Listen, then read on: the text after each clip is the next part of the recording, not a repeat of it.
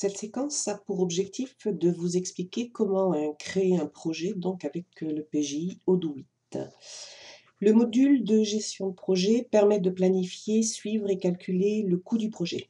Par contre, le PJI Odoo ne permet pas d'ordonnancer les tâches si par exemple il existe des contraintes d'antériorité. Donc avant de créer le projet, il conviendra donc d'ordonnancer les tâches avec un outil adapté du type papier ou outil logiciel. Au préalable, le module de gestion de projet donc, a été installé.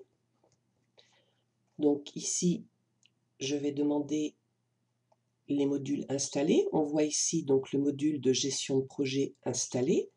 De plus, il conviendra d'aller vérifier donc, dans le menu configuration et plus précisément donc, dans le projet qu'il a été ici précisé que nous désirions la gestion des estimations de temps sur les tâches. Donc là, j'étais connectée en tant qu'administrateur, le seul à pouvoir configurer la base de données. Je vais maintenant me déconnecter et prendre le rôle d'un salarié de l'entreprise.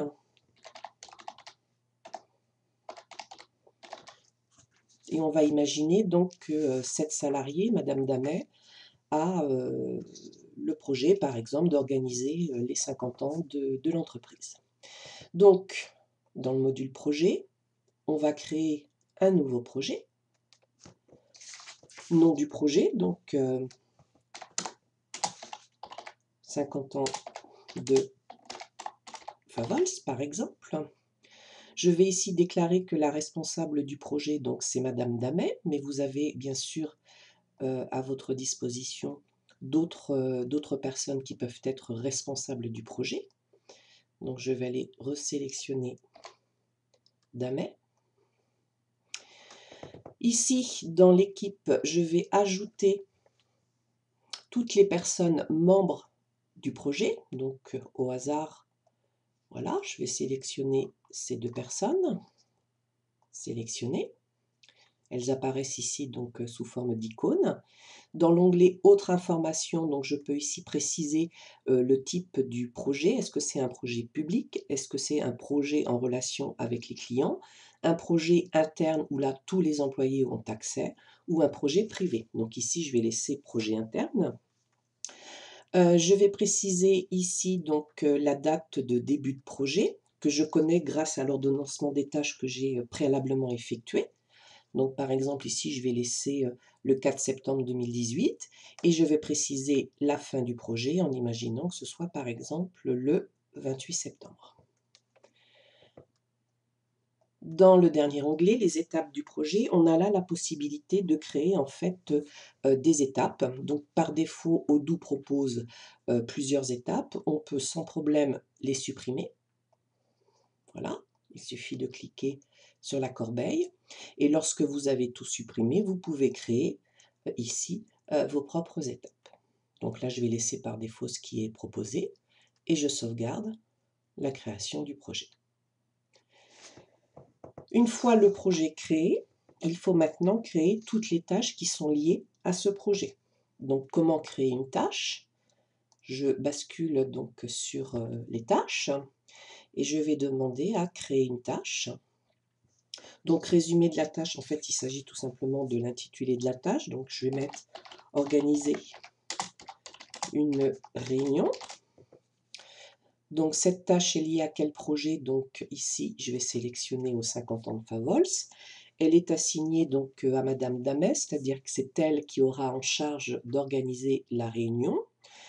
On aura prévu par exemple ici, je ne sais pas, 4 heures pour préparer et organiser cette réunion, en sachant que on peut ici fixer donc une date limite. Donc la date limite de la réunion, ça peut être par exemple le 8 septembre.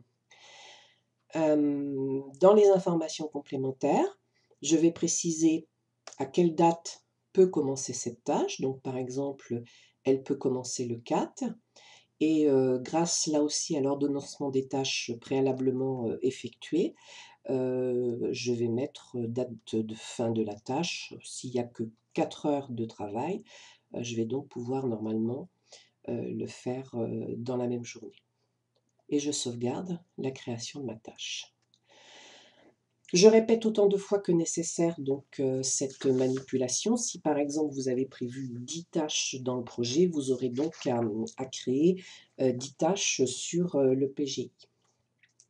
Une fois que toutes les tâches ont été créées, je peux prendre connaissance du projet. Donc là, je vais rebasculer sur un projet déjà planifié. Donc là, par exemple, on va travailler sur le projet Cial. Donc je vais ouvrir le projet.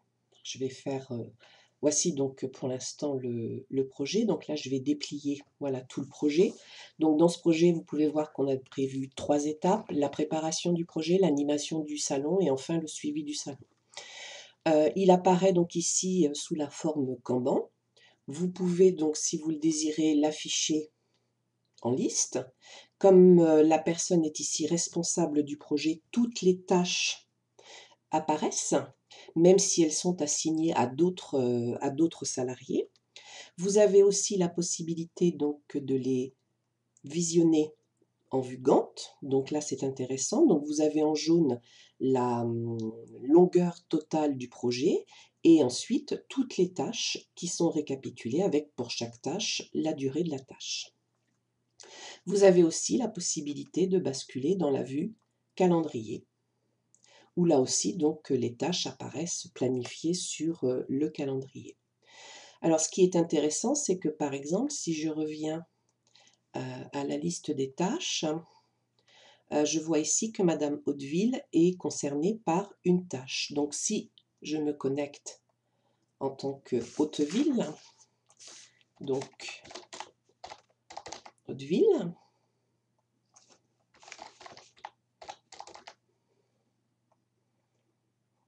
moi la salariée Hauteville, je vais donc dans le menu projet. Je vais donc retrouver la tâche qui m'est assignée. Donc je demande ici la tâche et je vais ici donc sélectionner la tâche en requêtant la base de données sur Hauteville, rechercher Hauteville dans Assigner à. Et donc ici, la tâche qui incombe à Madame Hauteville apparaît là aussi sous la forme Kanban. Je peux la faire apparaître en vue liste, Gantt ou calendrier. Donc je vais revenir en Kanban. Voilà. Donc grâce ici à cette étiquette, je sais qu'elle est planifiée donc le 2 avril 2018, que j'ai 140 heures pour réaliser cette tâche. Et ici donc apparaît tout simplement normalement la photo de la salariée Madame Hauteville. Cette séquence est terminée et la prochaine séquence sera consacrée donc à la mise à jour des tâches et au tableau de bord du projet.